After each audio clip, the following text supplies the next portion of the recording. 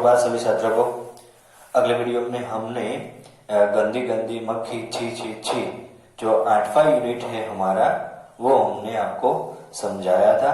आज हम उनका अभ्यास एवं स्वाध्याय समझाएंगे। तो सभी छात्र जो स्वाध्याय है हमारा, जो अभ्यास है वो निकालेंगे अपनी कॉपी में, पेज नंबर 56। सभी छात्रों ने कठिन शब्द है जो वो अपनी कॉपी में अच्छे अक्षर से लिख लिए होंगे। मैं होमवर्क चेकिंग करूंगा तब मैं जरूर से देखूंगा। नहीं लिखे हैं वो सभी छात्र कठिन शब्द लिखें और उसे लर्न भी करना है, ताकि परीक्षा में पूछे जाए तब वो आपको अच्छी तरह आ सके। अब जो गद्य है 8वां, उसका अभ्यास आज हम सीखेंगे। तो सबसे पहले मौखिक प्रश्न, पेज नंबर है 56।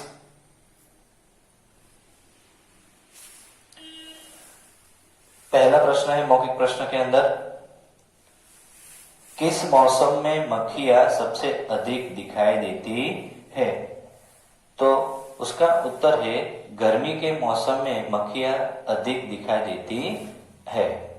दूसरा प्रश्न, एक मक्खी कितने अंडे देती है? तो उसका उत्तर है एक मक्खी हजारों की संख्या में अंडे देती है। तीसरा प्रश्न, क्या मक्खियां हमारे आने की आहट सुन लेती है? तो उसका उत्तर है हाँ, मक्खियां हमारे आने की आहट सुन लेती है। उसके बाद वाला प्रश्न, मक्खियां छत से गिरती क्यों नहीं है? तो उसका उत्तर है क्योंकि उनके पैरों में कोई चिपचिपा पदार्थ होता है, जिसके कारण वे छत और दीवार पर चिपकी रहती है। उसके बाद वाला नेक्स्ट वाला क्वेश्चन है सही गलत, जिसे हम विकल्प भी बोलते हैं, एमसीक्यू भी बोलते हैं। सही उत्तर के सामने टिक का निशान लगाइए। अब पहला प्रश्न, पत्रिका में किस बारे में विज्ञापन निकला? तो उसका 3-4 ऑप्शन दिया गया है, उसमें से सही ऑप्शन हमें लिखना है। तो पहला है 20 पैसे का टिकट भेजने के बारे में, मक्खी मारने का उपाय जानने के बारे में, मक्खी भगाने का उपाय जानने के बारे में। इनमें से कोई उत्तर सही नहीं है, तो उसका सही उत्तर है मक्खी भगाने का उपाय जानने के बारे में। ख, किस मौसम में मक्खियां सबसे कम दिखाई देती है? गर्मी के मौसम में, बरसात के मौसम में, जाड़े के मौसम में या वसंत के ऋतु में? तो जाड़े के मौसम में मक्खियां कम दिखाई देती है, उसका सही उत्तर। अब पेज नंबर 57, ग, मक्खियां कैसे आवाज निकालती है? भन भन, टन टन, मन मन की, हिन की? तो उसका उत्तर है भन भन की। घ, मक्खियां रोग कैसे फैलाती है? तो पहला ऑप्शन है अपने पंखों से, अपनी नन्ही नन्ही आंखों से,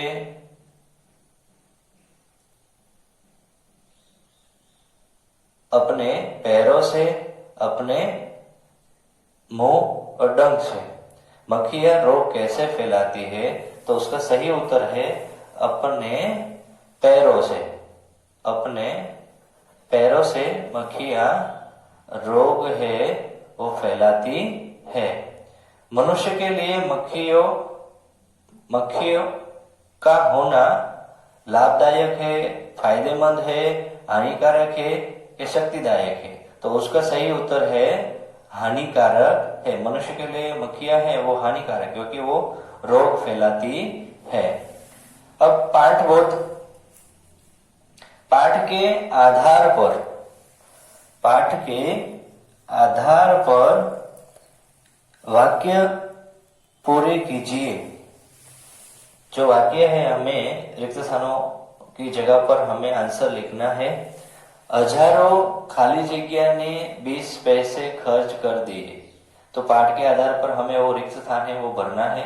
तो हजारों मक्खी पीड़ित लोगों ने 20 पैसे खर्च कर दिए।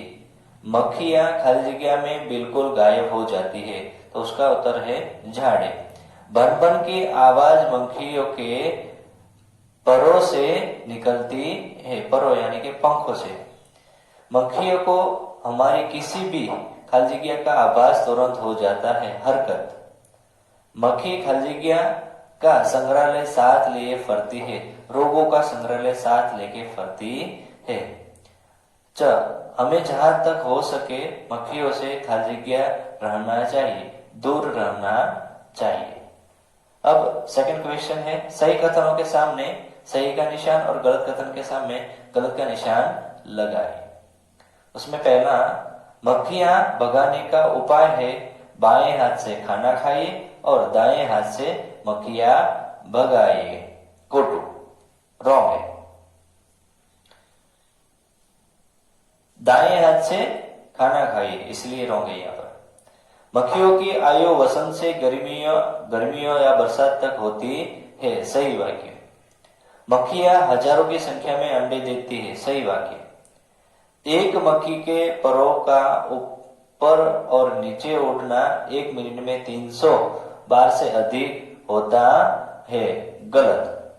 मक्खी की आंखें नन्हे नन्हे टुकड़ों से मिलकर बनती है, सही कथन। अब नेक्स्ट वाला प्रश्न है, जो बड़ा वाला प्रश्न होता है, वो क्वेश्चन नंबर 3।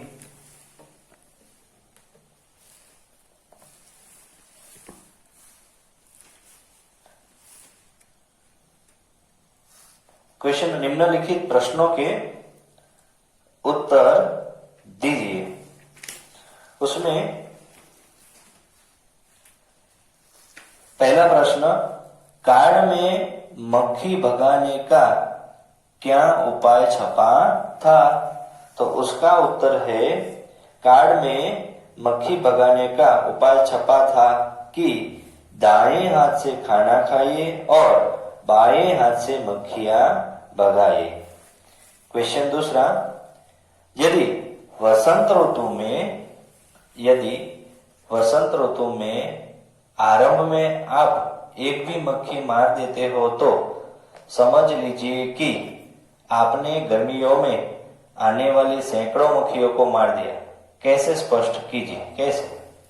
हमने एक मक्खी मार दी तो आने वाले दिनों में मक्खियां क्यों नहीं आएगी, वो हमें बताना है। तो उसका उत्तर है, हम 12 मास मक्खियां देखते हैं। गर्मियों में अधिक देखने वाली मक्खियां जाड़ों में बिल्कुल गायब सी हो जाती है। 80% मक्खियां जाड़ों के पहले ही समाप्त हो जाती है, क्योंकि उनकी आयु वसंत से गर्मियों या बरसात तक की होती है। शेष मक्खियां घबराकर इधर उधर चली जाती है या कहीं अंधेरे कोने में छिपकर सो जाती है।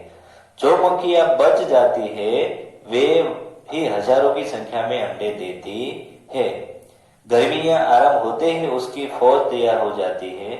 यदि वसंत ऋतु के आरंभ में आप एक भी मक्खी को मार दे तो समझ लीजिए कि आपने गर्मियों में आने वाली सैकड़ों मक्खियों को मार दिया है।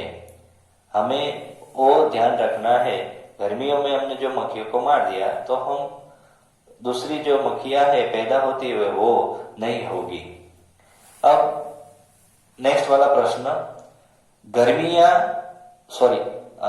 ग वाला प्रश्न, मक्खियां भन भन की आवाज कैसे निकालती है?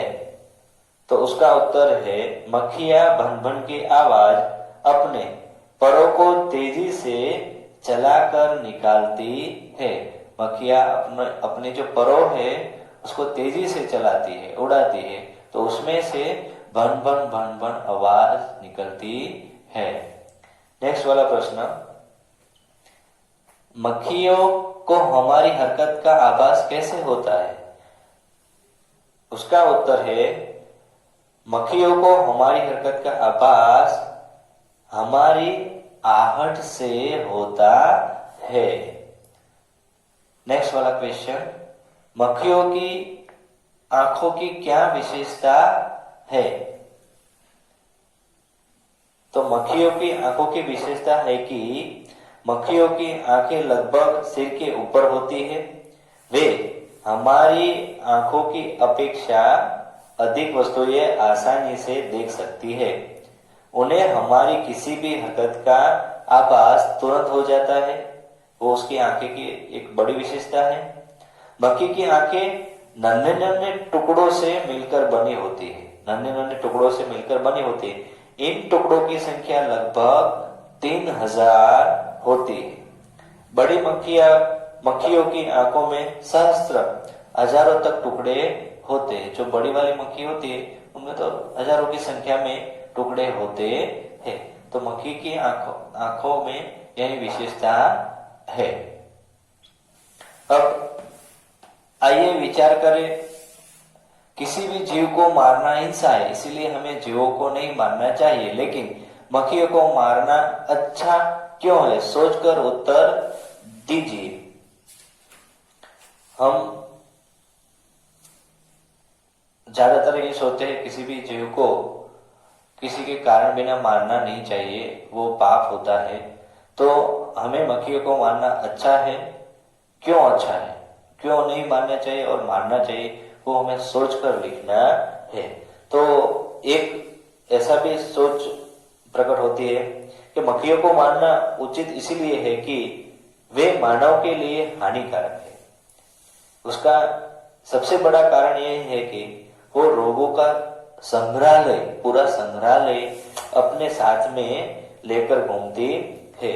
जो रोग है, रोग वो फैलाती है, इसीलिए मक्खी को मारना उचित है। वरना वो भयंकर से भयंकर रोग है, रोगों को लादी फिरती है अपने साथ में, तो रोगों फैलाती है। उसके बाद और ये आपको अपने विचार होमवर्क में लिखना है। घर में मक्खियां न आए इसके लिए आप क्या उपाय किए जाने चाहिए? कोई 4 उपाय लिखिए। मक्खियां नहीं आए उसके लिए आपको घर में क्या उपाय करना चाहिए, वो भी आपको होमवर्क में लिखना है। उसके बाद पाठांश पर आधारित प्रश्न नीचे दिए गद्यांश को पढ़कर पूछे गए प्रश्नों के उत्तर लिखिए।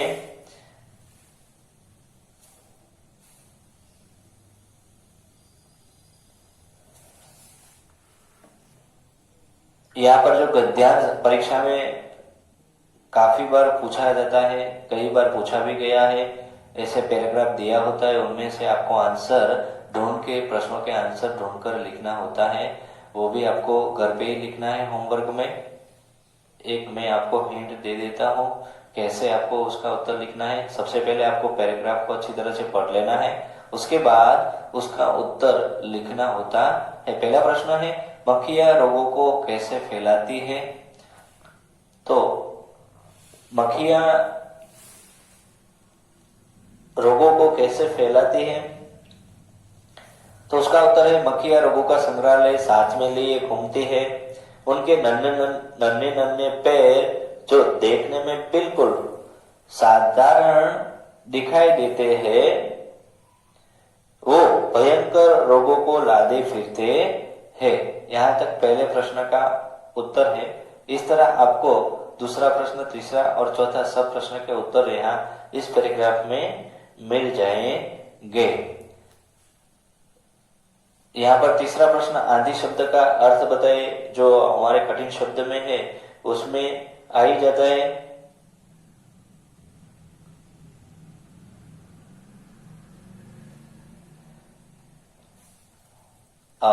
तीसरा प्रश्न है, अवधि शब्द का अर्थ लिखिए, वो कठिन शब्द में हमें मिल जाएगा। फिर भी उसका उत्तर है मुंह के बल। औंधी यानी के मुंह के बल। साधारण शब्द का विलोम शब्द, विलोम यानी के विरुद्धार्थी शब्द है। साधारण शब्द का हमें लिखना है विलोम यानी कि विरोधी, विरोधी यानी कि अपोजिट। साधारण तो असाधारण, असाधारण। 2 उत्तर तो मैंने आपको यहाँ पर लिख दिया, एक ही उत्तर आपको लिखने हैं। अब जो प्रश्न है ग्रामर का, भाषा से, पेज नंबर 58 में है हम। नीचे दिए गए शब्दों के बहुवचन शब्द रूप लिखिए। बहुवचन शब्द हमें लिखना है। मैं बार बार आपको कहता हूं, बहुवचन मैंने आपको स्कूल में भी सिखाया है कि जब हम बहुवचन करते हैं, जो एक वचन होता है उनका बहुवचन होता है, तो हमारी भाषा, जो हमारे शब्द है वो बदल जाते हैं। यहाँ पर देखिए बिल्ली, बिल्ली यहाँ पर बी है, जो यहाँ पर हस्व है, ली दीर्घ है, तो ये एक वचन है। जब वो बहुवचन होता है तो बहुवचन में जब या लगता है तो ली यहाँ पर दीर्घ है, वो हस्व हो जाता है।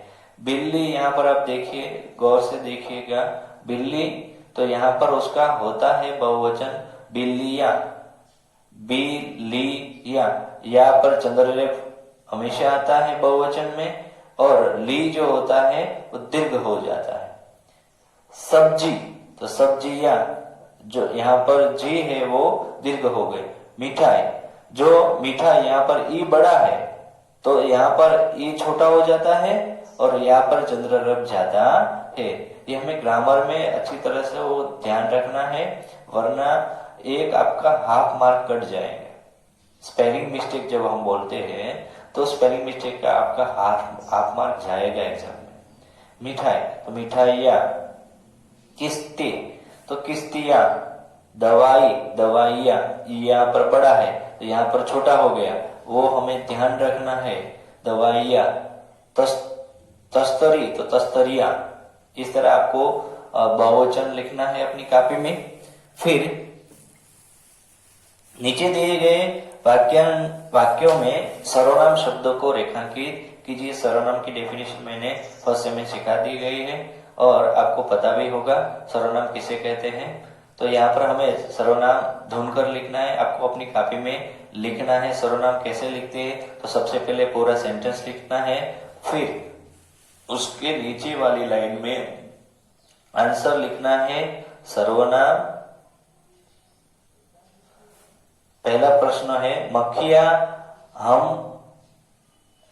12 मास देखते हैं। तो मक्खियां हम 12 मास देखते हैं, तो हमें यहाँ पर पूछा गया सर्वनाम ढूंढकर लिखना है या रेखांकित करना है। तो यहाँ पर हमें रेखांकित भी करना है, उसका आंसर भी लिखना है। तो उसमें हम है वो सर्वनाम है, तो उसका नीचे वाले लाइन में हमें नोटबुक में आंसर लिखना है सर्वनाम हम, तब आपको 1 मार्क मिलता है। इस तरह आप लिखेंगे तब।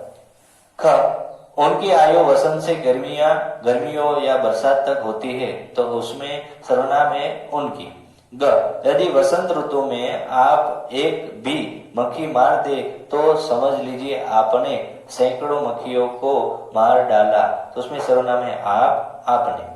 चौथा प्रश्न, वे बहरे भले ही हो, इनकी आंखें अद्भुत होती है। मक्खियां बहरी होती है लेकिन उनकी आंखें अद्भुत होती है, तो उसमें सर्वनाम है वे और इनकी। उनको हमारी किसी भी हरकत का आभास हो जाता है, तो उनको और हमारी सर्वनाम है। तीसरा प्रश्न, अब